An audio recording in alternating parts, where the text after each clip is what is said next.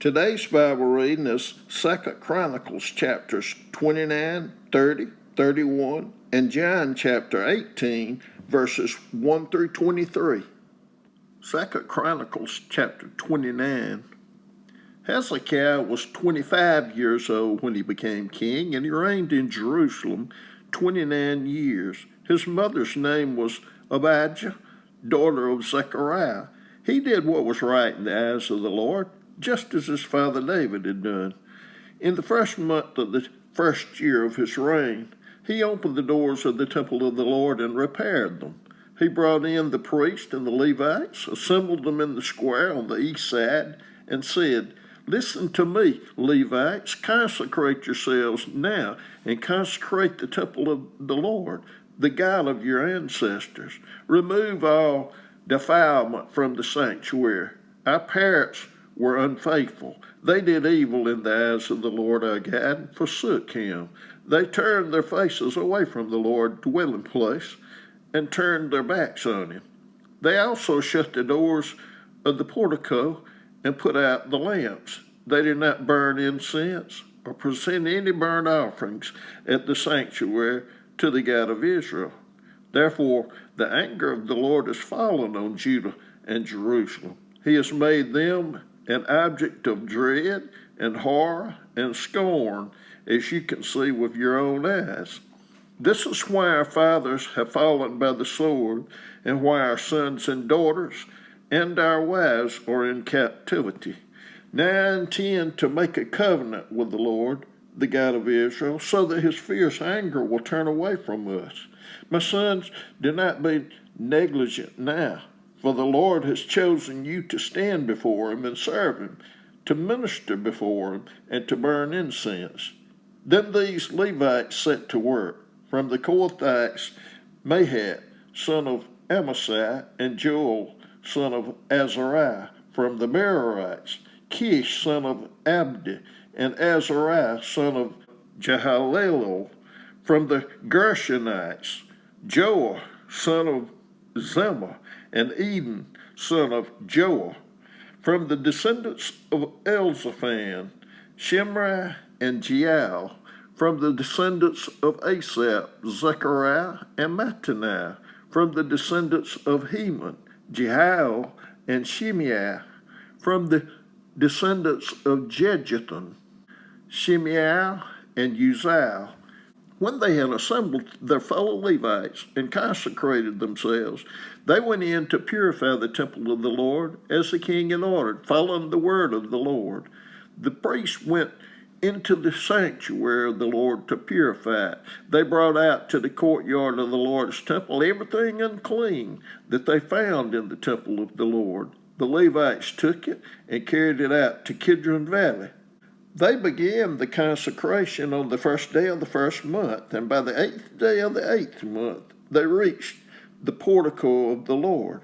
For 8 more days, they consecrated the temple of the Lord itself, finishing on the 16th day of the first month.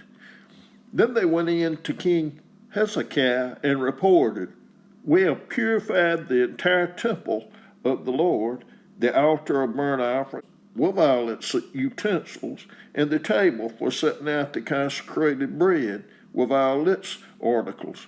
We have prepared and consecrated all the articles that King Ahaz removed in his unfaithfulness while he was king. They are now in front of the Lord's altar." Early the next morning, King Hezekiah gathered the city officials together and went up to the temple of the Lord. They brought 7 bulls, 7 rams, 7 male lambs, and 7 male goats as a sin offering for the kingdom, for the sanctuary, and for Judah. The king commanded the priests, the descendants of Aaron, to offer these on the altar of the Lord. So they slaughtered the bulls, and the priests took the blood and splashed it against the altar. Next they slaughtered the rams and splashed their blood against the altar. Then they slaughtered the lambs and splashed their blood against the altar. The goats for the sin offering were brought before the king and the assembly, and they laid their hands on them. The priests then slaughtered the goats and presented their blood on the altar for a sin offering to atone for all Israel, because the king had ordered the burnt offering and the sin offering for all Israel.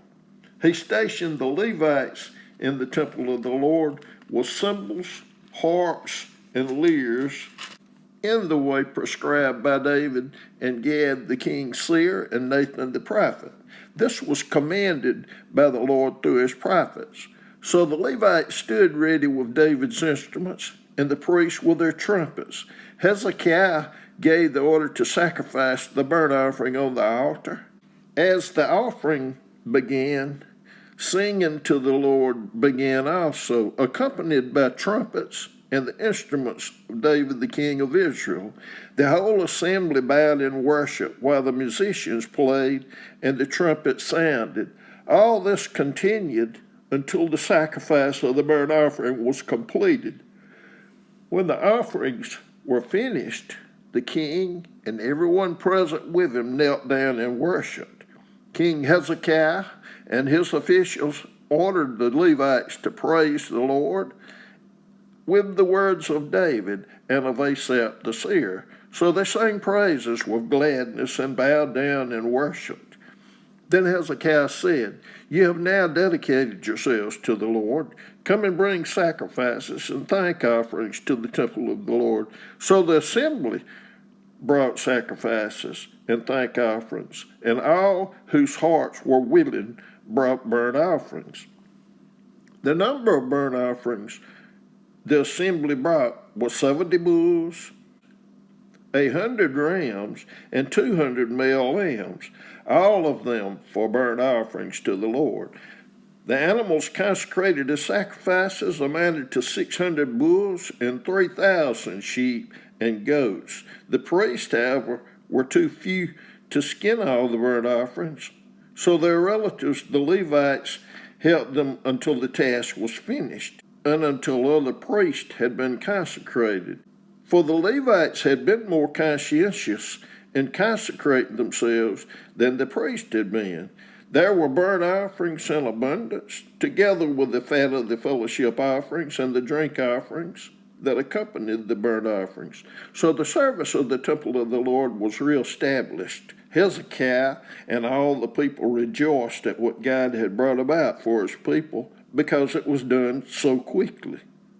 2 Chronicles chapter 30. Hezekiah sent word to all Israel and Judah, and also wrote letters to Ephraim and Manasseh, inviting them to come to the temple of the Lord in Jerusalem and celebrate the Passover to the Lord, the God of Israel. The king and his officials and the whole assembly in Jerusalem decided to celebrate the Passover in the second month.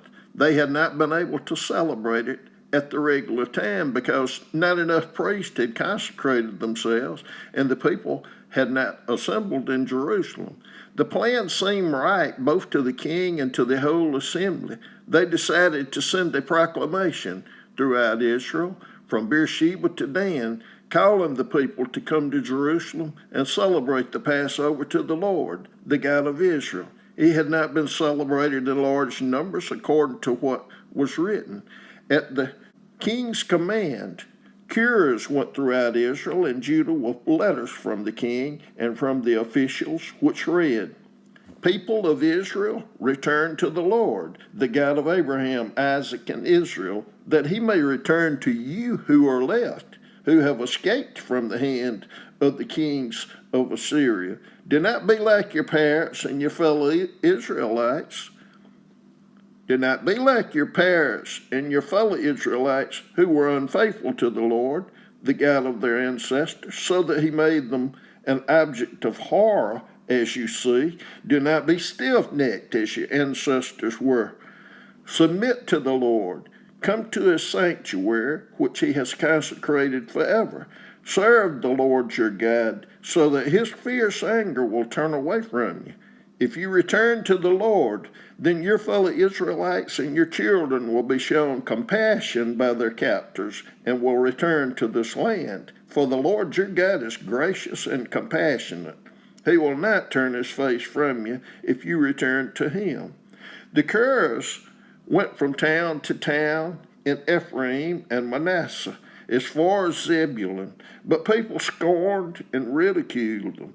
Nevertheless, some from Asher, Manasseh, and Zebulun humbled themselves and went to Jerusalem. Also in Judah, the hand of God was on the people to give them unity of mind to carry out what the king and his officials had ordered, following the word of the Lord. A very large crowd of people assembled in Jerusalem to celebrate the festival of unleavened bread in the second month.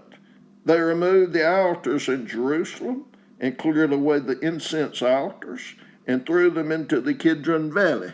They slaughtered the Passover lamb on the 14th day of the second month. The priests and the Levites were ashamed and consecrated themselves and brought burnt offerings to the temple of the Lord. Then they took up their regular positions as prescribed in the law of Moses, the man of God. The priests splashed against the altar the blood handed to them by the Levites. Since many of the crowd had not consecrated themselves, the Levite had to kill the Passover lambs for all those who were not ceremonially clean and could not consecrate their lambs to the Lord. Although most of the many people who came from Ephraim, Manasseh, Issachar, and Zebulun had not purified themselves, yet they ate the Passover contrary to what was written. But Hezekiah prayed for them, saying, "May the Lord, who is good, pardon everyone who sets their heart on seeking God, the Lord, the God of their ancestors, even if they are not clean according to the rules of the sanctuary." And the Lord heard Hezekiah and healed the people. The Israelites who were present in Jerusalem celebrated the festival of unleavened bread for 7 days with great rejoicing, while the Levites and priests praised the Lord every day with resounding instruments dedicated to the Lord. Hezekiah spoke encouragingly to all the Levites, who showed good understanding of the service of the Lord. For 7 days they ate their assigned portion and offered fellowship offerings and praised the Lord, the God of their ancestors. The whole assembly then agreed to celebrate the festival 7 more days. So for another 7 days they celebrated joyfully. Hezekiah, king of Judah, provided 1,000 bulls and 7,000 sheep and goats for the assembly, and the officials provided them with 1,000 bulls and 10,000 sheep and goats. A great number of priests consecrated themselves. The entire assembly of Judah rejoiced, along with the priests and Levites and all who had assembled from Israel, including the foreigners who had come from Israel, and also those who resided in Judah. There was great joy in Jerusalem, for since the days of Solomon, son of David, king of Israel, there had been nothing like this in Jerusalem. The priests and the Levites stood to bless the people, and God heard them, for their prayer reached heaven, his holy dwelling place. 2 Chronicles chapter 31. When all this had ended, the Israelites who were there went out to the towns of Judah, smashed the sacred stones, and cut down the Asherah poles. They destroyed the high places and the altars throughout Judah and Benjamin, and in Ephraim and in Manasseh. After they had destroyed all of them, the Israelites returned to their own towns and to their own property. Hezekiah assigned the priests and Levites to divisions, each of them according to their duties as priests or Levites, to offer burnt offerings and fellowship offerings, to minister, to give thanks, to sing praises at the gates of the Lord's dwelling. The king contributed from his own possessions for the morning and evening burnt offerings, and for the burnt offerings on the Sabbaths, at the new moons, and at the appointed festivals, as written in the law of the Lord. He ordered the people living in Jerusalem to give the portion due to priests and Levites, so that they could devote themselves to the law of the Lord. As soon as the order went out, the Israelites generously gave the first fruits of the grain, new wine, olive oil, and honey, and all that the fields produced. They brought a great amount, a tithe of everything. The people of Israel and Judah who lived in the towns of Judah also brought a tithe of their herds and flocks, and a tithe of the holy things dedicated to the Lord their God. And they piled them in heaps. They began doing this in the 3rd month and finished in the 7th month. When Hezekiah and his officials came and saw the heaps, they praised the Lord and blessed the people of Israel. Hezekiah asked the priests and Levites about the heaps, and Azariah, the chief priest from the family of Zadok, answered, "Since the people began to bring their contributions to the temple of the Lord, we have had enough to eat and plenty to spare, because the Lord has blessed his people, and this great amount is left over." Hezekiah gave orders to prepare storerooms in the temple of the Lord, and this was done. Then they faithfully brought in the contributions, tithes, and dedicated gifts. Conaniah, a Levite, was overseer in charge of these things, and his brother Shimei was next in rank. Jehiel, Azazel, Nathan, Asahel, Jeremiah, Jozabad, Eliel, Ishmael, Mahath, and Benaniah were assistants of Conaniah and Shimei his brothers. All these served by appointment of King Hezekiah, and Azariah, the official in charge of the temple of God. Corey, son of Imnah, the Levite, keeper of the east gate, was in charge of the free will offerings given to God, distributing the contributions made to the Lord, and also the consecrated gifts. Eden, Melamim, Jeshua, Shimei, Amariah, and Shechaniah assisted him faithfully in the towns of the priests, distributing to their fellow priests according to their divisions, old and young alike. In addition, they distributed to the males 3 years old or more whose names were in the genealogical records, all who would enter the temple of the Lord to perform the daily duties of their various tasks, according to their responsibilities and their divisions. And they distributed to the priests enrolled by their families in the genealogical records, and likewise to the Levites 20 years old or more, according to their responsibilities and their divisions. They included all the little ones, the wives, and the sons and daughters of the whole community listed in these genealogical records, for they were faithful in consecrating themselves.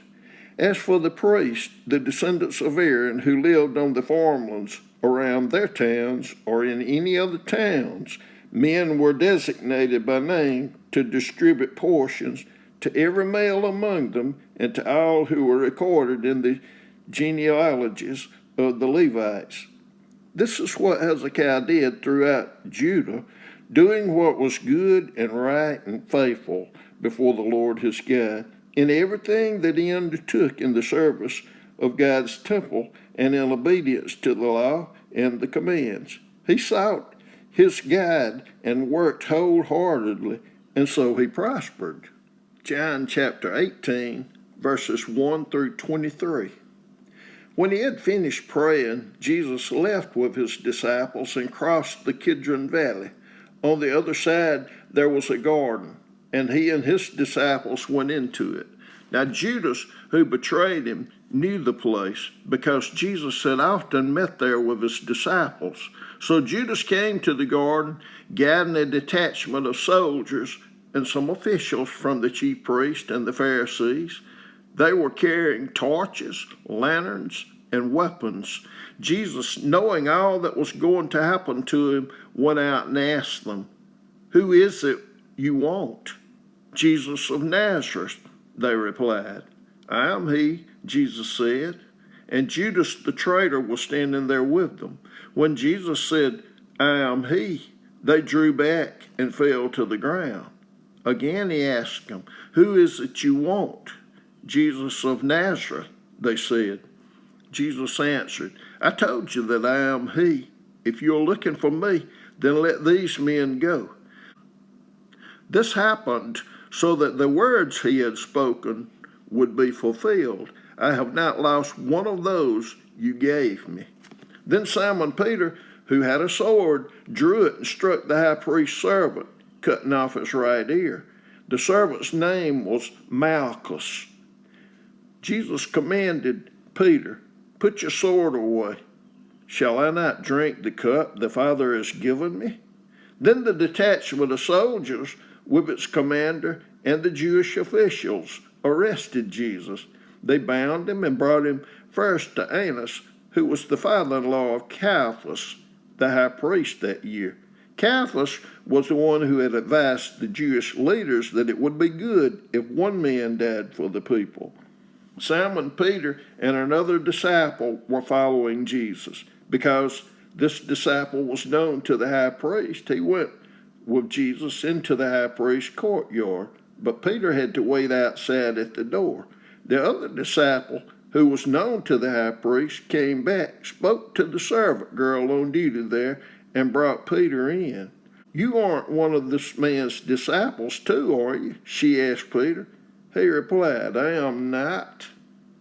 It was cold, and the servants and officials stood around a fire they had made to keep warm. Peter also was standing with them, warming himself. Meanwhile, the high priest questioned Jesus about his disciples and his teaching. "I have spoken openly to the world," Jesus replied. "I always taught in synagogues or at the temple where all the Jews come together. I said nothing in secret. Why question me? Ask those who heard me. Surely they know what I said." When Jesus said this, one of the officials nearby slapped him in the face. "Is this the way you answer the high priest?" he demanded. "If I said something wrong," Jesus replied, "testify to what is wrong.